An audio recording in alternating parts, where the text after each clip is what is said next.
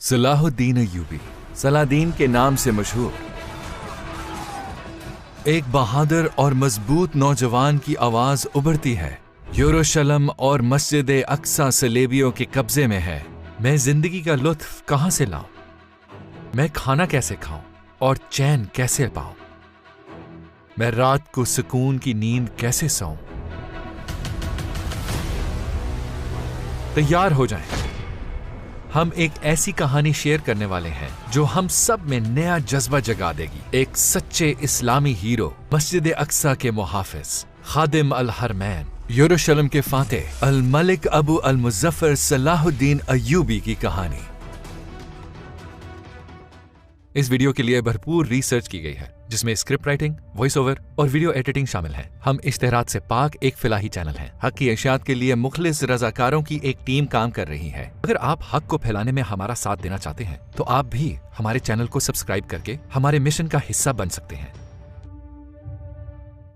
एक दफा का जिक्र है, बगदाद में एक मशहूर कारपेंटर रहता था। अपने उम्र के आखिरी हिस्से में उसने ज्यादातर वक्त अखरोट की लकड़ी से एक शानदार मिंबर तराशने में सर्फ किया। उसने मिंबर बनाने में अपनी तमाम सलाहियतें लगा दी। मिंबर की खूबसूरती सबको हैरत ज़दा कर देती थी। कारपेंटर की मेहनत से बने इस शाहकार मिंबर की शोहरत दूर दूर तक फैल गई थी। जब भी कोई बगदाद आता तो वो कारपेंटर को तलाश करता और उसके पास आकर कहता, ये मिंबर हमें बेच दो ताकि हम इसे अपनी मस्जिद में लगाएं। मगर उसका जवाब हमेशा एक ही होता, इस मिंबर की मंजिल मस्जिद अक्सा है।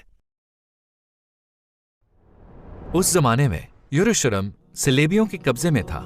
सलेबियों को पोप और यूरोप की मुसलसल सपोर्ट हासिल थी। सल्जूकी सल्तनत खत्म हो चुकी थी।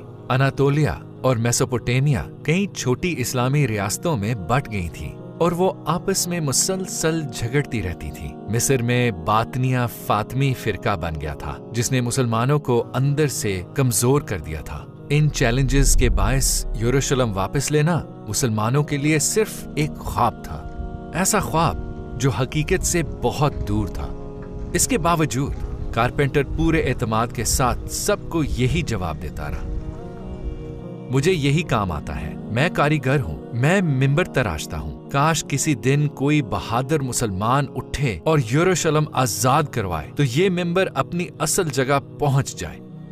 उस मिंबर की शोहरत तकरीबन हर शहर में पहुंच गई थी। जब लोगों में इसकी बेमिसाल खूबसूरती की बातें होने लगी तो 7 या 8 साल के एक छोटे बच्चे ने भी ये दास्तान सुनी। वो छोटा लड़का सलाहुद्दीन अय्यूबी था। मिंबर की दास्तान सुनते ही एक अज़म उसके जहन में हमेशा के लिए नक्श हो गया। यरूशलेम ईसाइयों से वापस लेना है और मिंबर उसकी असल जगह पहुंचाना है।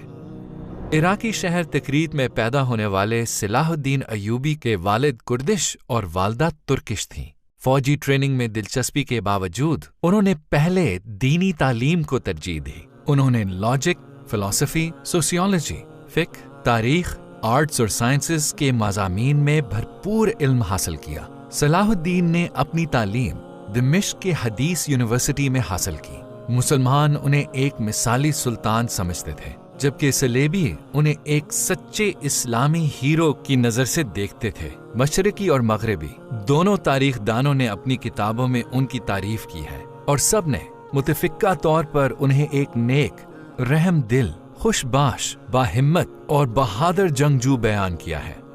जब इस बाकमाल शख्स की उम्र 26 साल हुई तो उन्होंने अपने चचा शेरको के साथ रियासत में कई जिम्मेदारियां संभाल ली। सलाहुद्दीन जैसे जैसे बड़े हुए, यरूशलेम की फतेह के लिए तकदीर उनका रास्ता बनाती गई। आप पूछ सकते हैं कि कैसे? जंगी रियासत के सुल्तान नूरुद्दीन जंगी ने अपने ज़ेरे हुकूमत तमाम तुर्किश रियासतों को मुत्तहिद किया और एक जिज़वी इस्लामी इत्तेहाद कायम करके सलेबियों से कई शहरों को कामयाबी से वापस ले लिया। जब मिस्र की फातमी रियासत को बहरान का सामना था, तब यरूशलेम के सलेबियों ने अपना असरूर व सुख मिडिल ईस्ट में फैलाने की कोशिश की।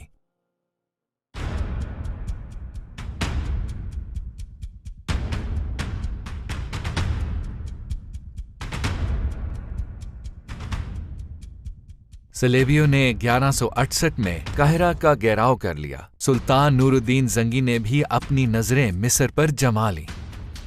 क्योंकि मिस्र का कंट्रोल पाने का मतलब अपने दुश्मन पर जंगी बर्तरी हासिल करना थी। फातमी रियासत ने नूरुद्दीन जंगी से मदद तलब की। सुल्तान ने अपने कमांडर्स शेरको और सलाहुद्दीन को रवाना किया।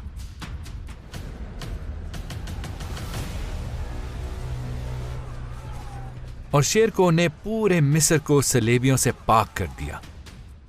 इन कामयाबियों के बायस शेरको को मिस्र का वजीर मुकर्रर कर दिया गया, लेकिन ओहदा संभालने के कुछ ही अरसे बाद उनकी वफात हो गई। चचा की वफात के बाद सलाहुद्दीन अय्यूबी मिस्र के वजीर और मिस्र में सुल्तान नूरुद्दीन जंगी की फौज के कमांडर भी बने। 31 साल की उम्र में उन्होंने रियासत के वली और मिस्र के वजीर के ये दोनों अहम ओहदे एक साथ निभाए। सलाहुद्दीन ने मिस्र का कंट्रोल पाने के बाद अपनी और तुर्की के खिलाफ मुजाहमत करने वालों यानी फातिमी और उनके साथ देने वाले सलेबियों और बाज़ंतीनियों का मुकाबला शुरू किया। मिस्र पर मुकम्मल कंट्रोल के साथ उन्होंने फौज को दोबारा मुनज़्ज़म किया। अहले सुन्नत की हमायत में काम करते हुए उन्होंने सुन्नी मदरसे और नए इदारे कायम किए। आहिस्ता आहिस्ता उन्होंने बातनिया फातमियों को ब्यूरोक्रेसी से निकाल दिया। आखिरकार 1171 में नूरुद्दीन जंगी के हुक्म पर उन्होंने बातनिया फातमी की हुकूमत को खत्म कर दिया।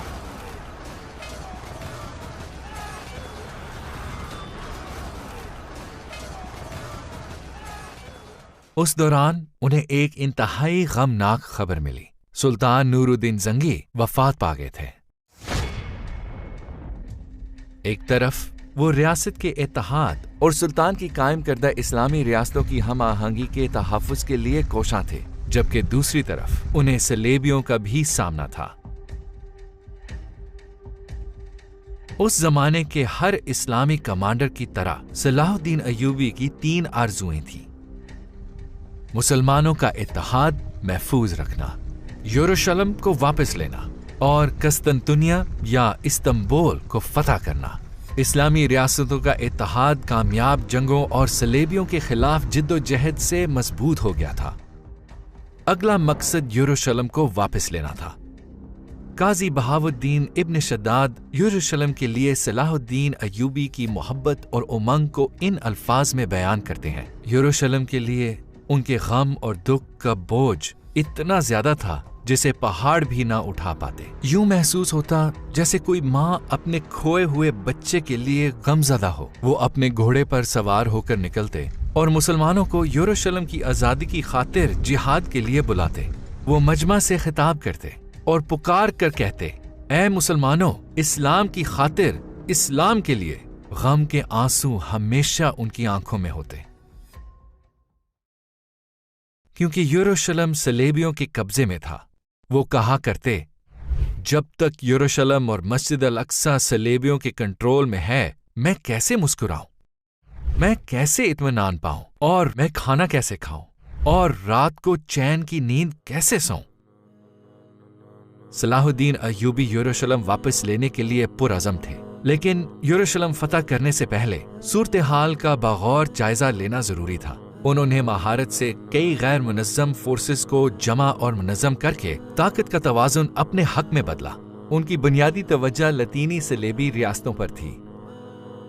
इस दौरान यरूशलेम का बादशाह मर गया और गी ऑफ लुसिनिया उसका जानशीन बना। सलाहुद्दीन अय्यूबी ने कदम ब कदम आगे बढ़ना शुरू किया।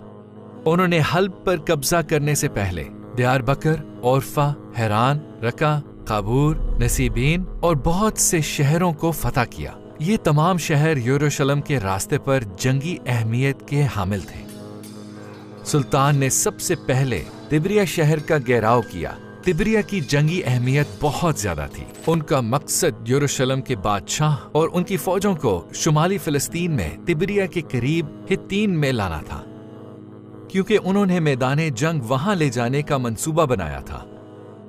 हित्तीन अपने पानी के कुओं के लिए मशहूर था।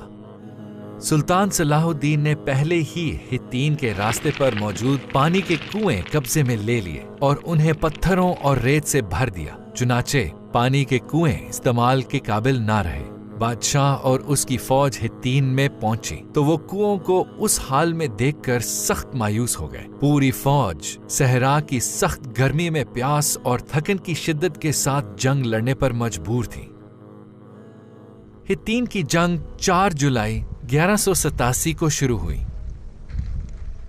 اس جنگ میں صلاح الدین نے یروشلم کے بادشاہ گی اولوسیاں کے زیر قیادت صلیبی فوج کو شکست دی۔ اس کامیابی کے بعد صلاح الدین نے تیزی سے فتح کی کارروائی شروع کر دی۔ صلیبیوں کو ہونے والے شدید نقصان سے مسلمانوں کو تقریباً پوری یروشلم کی سلطنت پر کنٹرول حاصل ہو گیا۔ انہوں نے عکا، تبریہ، اسکلان، نابلس، رم اللہ اور غزہ سمیت بہت سے قلعے فتح کیے۔ چند ہی ہفتوں میں 20 ستمبر 1187 کو سلطان نے یروشلم کا گھیراؤ کیا۔ منجنیق سے شہر کی دیواروں پر گولہ باری کی گئی۔ جلد ہی شمال مشرقی دیوار کمزور پڑ گئی۔ منجنیقیں وہاں لگائی گئیں۔ کچھ دیر بعد دیوار مکمل طور پر تباہ ہو گئی۔ صلیبیوں نے گھیرا توڑنے کی کوشش کی لیکن کامیاب نہ ہو سکے۔ یہ ظاہر تھا کہ وہ زیادہ دیر شہر پر کنٹرول قائم نہیں رکھ پائیں گے۔ انہوں نے صلاح الدین ایوبی سے محفوظ راستہ طلب کرتے ہوئے اپنی جان بخشی، فصلوں کی حفاظت، گھروں کے تحفظ اور مسلمان قیدیوں کی رہائی کے لیے تعاون کی پیشکش کی۔ سلطان صلاح الدین نے ان شرائط کو قبول کیا کیونکہ وہ مسلمان قیدیوں کا تحفظ یقینی بنانا اور جنگ کو طول دے کر مزید ہلاکتوں سے بچانا چاہتے تھے۔ آخر کار واقع معراج کے مقدس موقع پر 27 رجب 832 ہجری بمطابق 2 اکتوبر 1177 کو جمعہ المبارک کے دن یروشلم واپس لے لیا گیا۔ صلاح الدین ایوبی کی کامیابی صرف فوجی نظام تک محدود نہ رہی بلکہ ان کی کامیابی سے ایک منظم اور ترقی یافتہ ریاست کا سورج طلوع ہوا۔ ان کی قیادت میں بے شمار مدرسے، ہسپتال اور مسجدیں تعمیر ہوئیں۔ یہ اسلامی دنیا میں علم کے عروج کا زمانہ تھا۔ اس وقت کے علماء کو صلاح الدین ایوبی کے زیر کنٹرول علاقوں میں بلایا گیا۔ علماء کو اپنا تعاون پیش کرتے ہوئے انہوں نے شاندار علمی ترقی کی راہ ہموار کی۔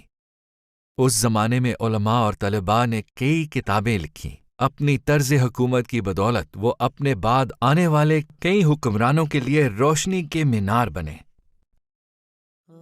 اسلام کے اس عظیم سپاہی نے 4 مارچ 1193 کو دمشق میں وفات پائی۔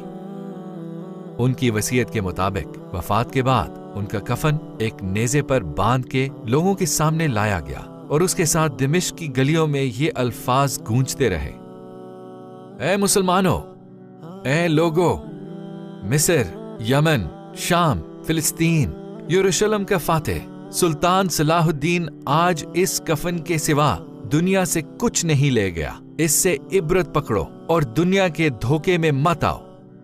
ان کی زندگی کا ایک مقصد تھا اور اس مقصد نے انہیں زندہ رکھا۔ انہوں نے بتایا کہ ایک مسلمان کی زندگی کا مقصد کیسا ہونا چاہیے۔ ان کے سینے میں دھڑکتا دل اللہ کی محبت سے سرشار، دنیا میں انصاف کے قیام کا طلبگار اور اسلام کے حسن کو ناآشنا لوگوں تک پہنچانے کا آرزو مند تھا۔